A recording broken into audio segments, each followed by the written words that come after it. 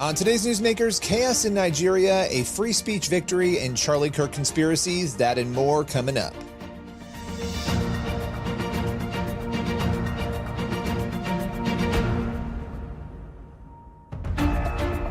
Welcome to Newsmakers, a show where we go behind the headlines each and every week to bring you interviews with your favorite entertainers, pastors, politicians, and other notable figures.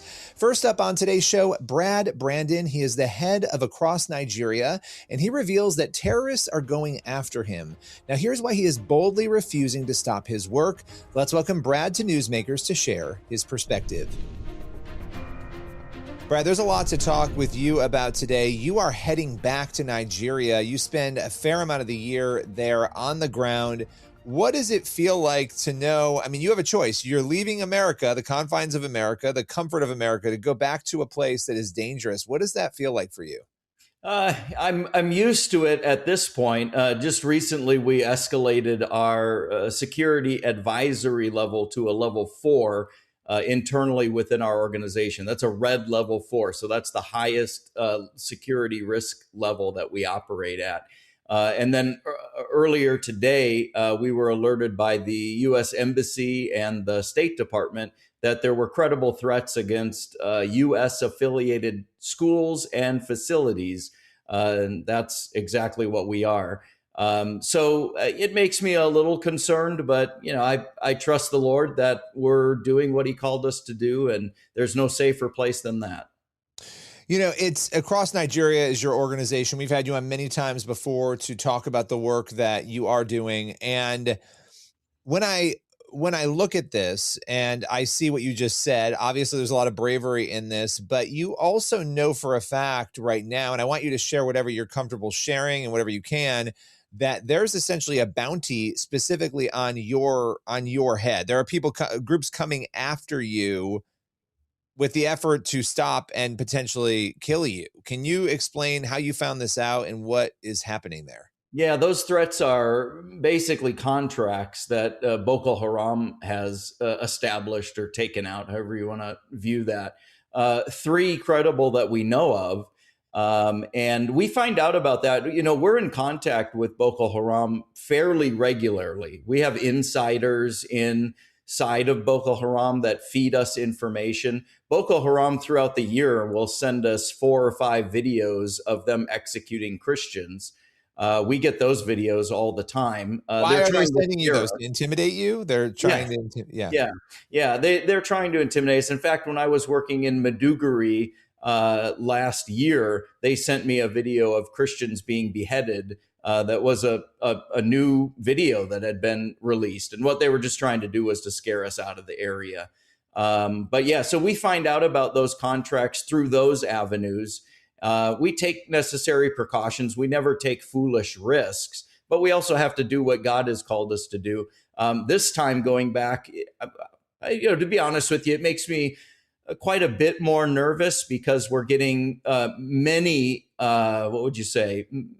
reports of unrest in northern Nigeria since the United States action in Iran. There's a lot of protesting the death of the Ayatollah. A lot of the stuff that Boko Haram and ISWA in northern Nigeria are doing was or is funded by organizations and the Iranian government. So there's close ties there.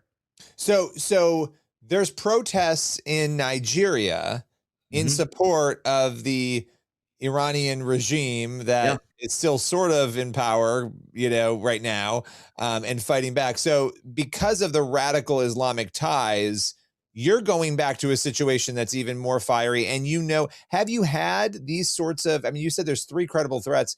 Have you had this number of threats on your head before in the past? Not to this level. We've had loose, discussions about different things that we've heard, but nothing definitive. These are 3 definitive contracts that I know of that have been taken out on me. Some of them are to kidnap me. Some of them are to kill me. It just depends. Hopefully I run into the guys who just want to kidnap me, but and you seem completely at ease. And again, it's because you know that you're called to do this. It is dangerous work. How long will you be back in Nigeria? I will be in Nigeria for about 3.5 or 4 months this time. It's been a while since I've been back. I had to forego my fall trip because of all the media firestorm that happened. So I want to capitalize on that to raise awareness of the genocide that's going on. So heading back now, and I'll be coming back in about 4 months. Wow. Okay, so you're going there for months, and you obviously are aware of these threats. You are going to, I would assume, take as much action as you can to protect yourself. I don't want to hammer this on, but what keeps you going? Because it is, you're out there, you're doing, and you could talk a little bit about the work you're doing, because I know that's probably what's keeping you going. Sure. But knowing, I mean, most people would say, this is crazy. I'm not going back. I don't want to die. I don't want to be kidnapped. I'm not doing it. I always tell Christians this. I say, number one, seek after what God called you to do. Find out what God is calling you to do. Then when you find out what he's calling you to do, spend the rest of your life fulfilling your calling. But the third thing that I'll add to that is you got to get to the place where you realize that what he called you to do is bigger than you are. And when you come to that realization, when that's been revealed to you, everything else goes to the wayside. Everything else is small compared to that calling, that thing that he called you to do. So I operate in that. I'm fully aware that what he called me to do and the difference that we're making and the things that we're doing are far bigger than I am, and that's what keeps me going.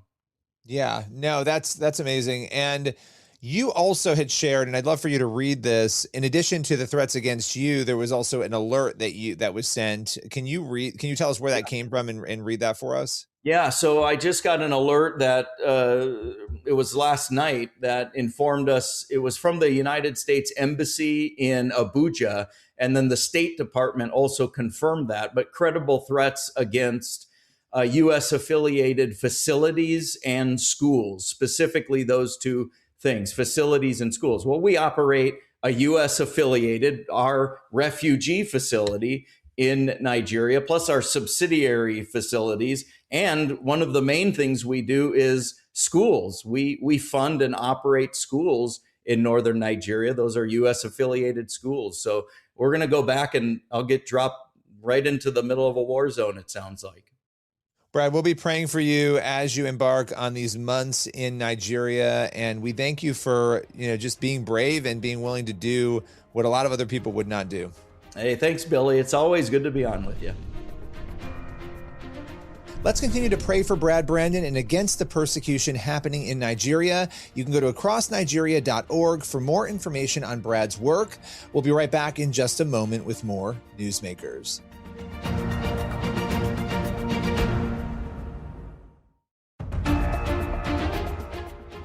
Welcome back to Newsmakers. Next up, Matthew Grech is an ex-LGBTQ activist who is now a Christian, and he shares a major victory that he had after being brought up on charges in Malta for reportedly sharing his journey out of a gay lifestyle. Let's welcome him here to Newsmakers to explain what unfolded.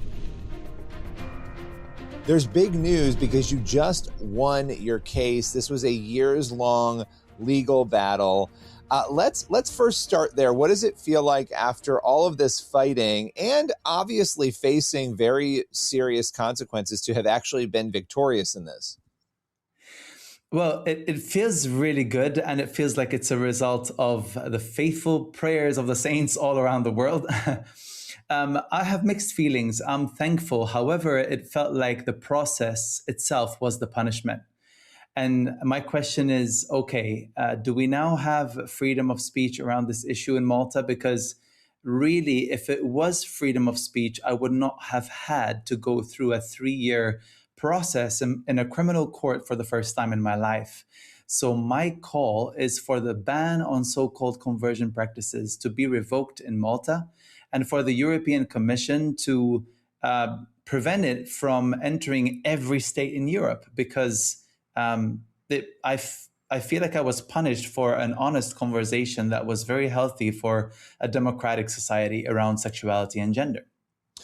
Well, and that's sort of the thing here, and we'll get into some of what you think the end result of this legal win will be. But for those who don't know, let's sort of back into your story a little bit here, because back in 2016, Malta became the first European Union country to ban attempts to, quote, change, repress, or eliminate a person's sexual orientation, gender identity, and or gender expression, right? So there was this attempt to sort of restrict that. And what happened to you was that you shared your story and it led to a legal battle. So take us through, and I know you've shared this before, but I think it's important so people understand what it was that led you to this. What happened that really led to the legal battle in the first place?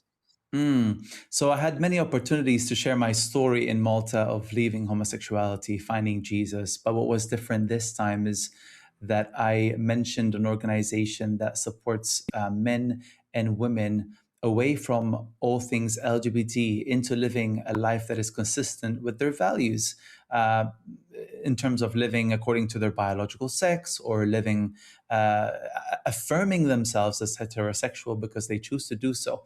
And because I and the hosts mentioned the organization, all three of us ended up being accused and charged with advertising conversion practices.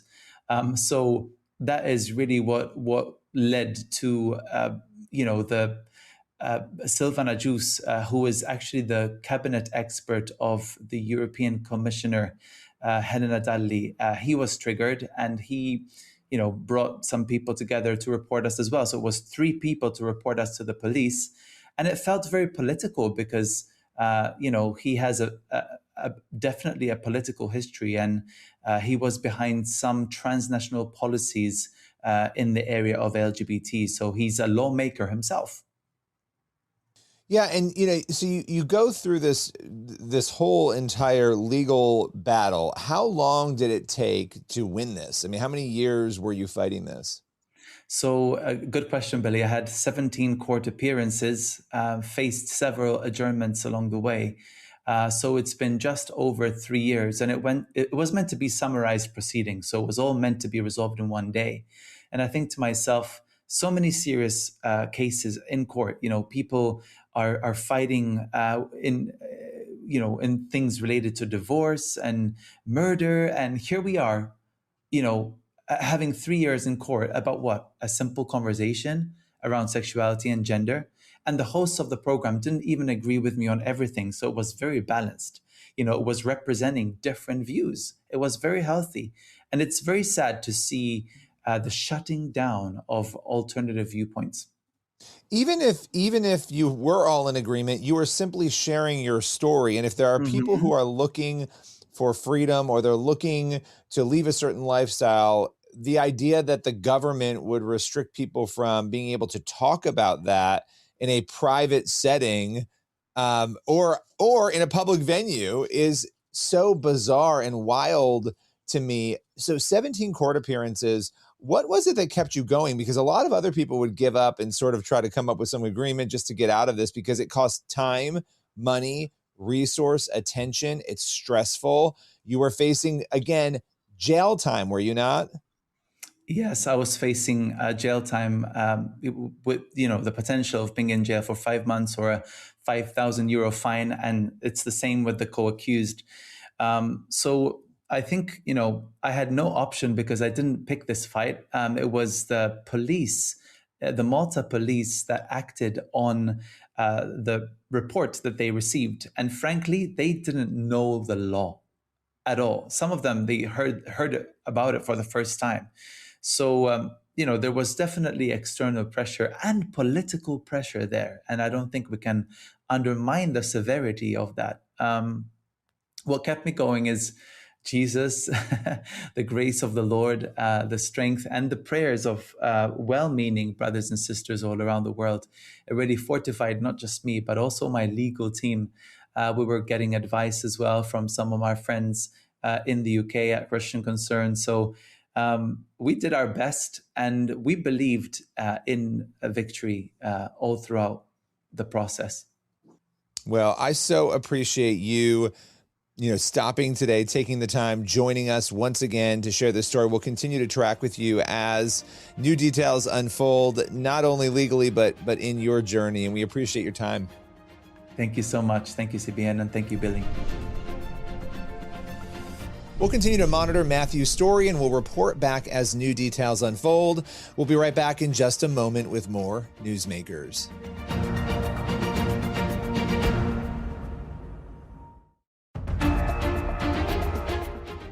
Welcome back to Newsmakers on the CBN News Channel. For our final segment, Lucas Miles, the head of TPUSA Faith. He joins us to talk about some of the inaccurate claims surrounding Charlie Kirk's faith. Let's welcome Lucas here to the show to break it all down. Lucas Miles, appreciate you taking the time today. You've got a tweet out right now, a message on X rather, where you're addressing something that has been really percolating since Charlie Kirk's death, this claim that he was in the process of converting to Catholicism, that he identified as a Catholic. This has been something that's been perpetuated, talked about quite a bit by a number of people, but you had a fairly lengthy response to this, clarifying that that is not the case. So what was it that caused you to speak out on this? Yeah, look, there's been a lot of speculation about, Charlie's faith and his personal views. I mean, what's interesting is Charlie is probably the most documented person potentially in human history. I mean, he always was surrounded by camera crews. He was on film all day long at college events and at, giving speeches and various, public assemblies. And so, Charlie's positions are not mysterious. They're not shrouded. He talked, openly about the things he appreciated about the Catholic faith and some of the stumbling blocks that he had maybe in approaching that. And so when you have a situation like this where a figure who is as influential and as beloved as Charlie was, who is taken from us and really robbed from us so early in life, I think that there is this tendency that people want to just kind of, co-opt him and try to leverage him in some capacity for their own agenda. And Charlie loved Christians who were evangelicals and who were, true Christians who were, Catholic and Orthodox and Protestant, all backgrounds. But to try to make him something that he was not, or to not be fair with his own, personal views, I think it's deceptive. And I think that, we're seeing that from some of these figures right now. And I think it needs called out. And I wanted to provide a definitive post as his friend, as really the lead faith voice within the Turning Point ecosystem, also somebody who's close with Erica. And so I did the homework on this, and I talked to Father Klein, who's kind of this priest in question that Charlie had a relationship with, as well as Erica, to make sure that I had the story straight, before that came out. And so I think that this should be taken as the definitive view, on Charlie's spirituality moving forward. Why do you think there's been such an effort to paint him as converting to Catholic? It's sort of a strange thing. Somebody is murdered, this horrific event happens, and the focus suddenly becomes, oh no, he's becoming a Catholic, or he was changing his theological position. Why do you think this became such a thing among so many people? Yeah, well, first off, I'll say this. I don't think that what we're seeing from some of these groups that are out there that have been have tried to co-opt Charlie, I don't think that this is the universal Catholic perspective. I think there's a lot of very sensible people on this that say, look, if he never made a public, confession of this in some capacity, then I'm not going to read into it or take it for more than what it is. And I think that's a sensible approach. For those that are kind of moving in this direction of just trying to put words in his mouth or leverage him, and what I'm seeing a lot too is people claiming relationship with him that, stating that they were closer with him than what they actually were. I had a chance to be around Charlie. I've known him since 2020. I worked directly, for him, reporting to him for about the last year and a half of his life. It was the honor of my life to be able to do that. But there's people who have known Charlie even longer than I have. But I feel that, on this particular issue, I can speak with authority because of the those that I talk to in authority on this position directly related to it, as well as my own personal conversations with him up until the point of his death. But I would say that, it's dangerous when we see people that are trying to, kind of use the deceased to, just push their own agenda. I don't know what drives that, other than, arrogance or pride or just the desire to deceive people for, your own personal gain. But it's frightening when that happens. And so I think that, this is not about attacking any particular person, but I do want to, make sure that this is squashed before it goes any further. And that, it's clear Charlie was not converting to Catholicism.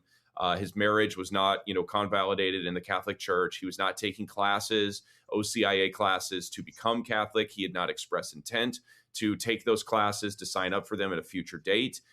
He had expressed obstacles to becoming, Catholic. And I don't even know if that's the right way to say it. He expressed obstacles that he had just in his own faith that were, the things that kept him an evangelical, kept him a Protestant. And so, and again, Marry the saints. A lot of the same things that a lot of evangelicals. I think the infallibility of the papacy and Mariology and invocation of the saints. I think that these were challenges for him, as they are many Protestants. But look, I love a lot of things about Catholic tradition and history. Most of the reading that I do, and I think Charlie was the same way. I'm reading old, dead Catholic saints that I have, the Augustines of the world and Athanasiuses of the world that have benefited my spirituality tremendously.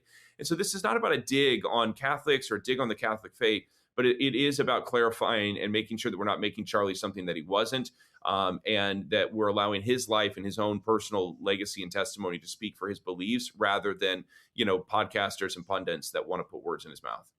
Yeah, and by the way, this is not about a pro or anti-Catholic message. It's about the truth and reality. And there are other issues like Israel that we've talked about before, where again, people have come in with a narrative that is not accurate about where they're saying Charlie was moving or where he was. And so, there's a line here that I'll just read that I thought was very important from your message on X. You said, "Let me be clear, respect for Catholicism is not the same thing as moving towards conversion." And that's what you were saying here. I mean, this is not complicated, and you're clearing it up, and I appreciate you doing that. Lucas, as always, thanks for joining us today. Thanks for having me. I appreciate it. That was certainly a fascinating conversation.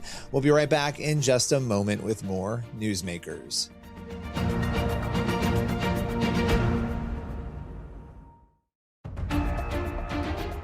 That's all for Newsmakers. Thank you for watching, and be sure to head on over to the CBN News YouTube channel. That's where you'll find the full interviews you saw on today's episode. Also, be sure to check out our new documentary investigating the supernatural, angels and demons. This follows our previous documentary on miracles, and we really traveled the country again, telling fascinating stories. And we look at what Scripture reveals about angels, demons, and spiritual warfare. You can check that out right now at cbn.com/supernatural. As for this show, we'll see you again next week.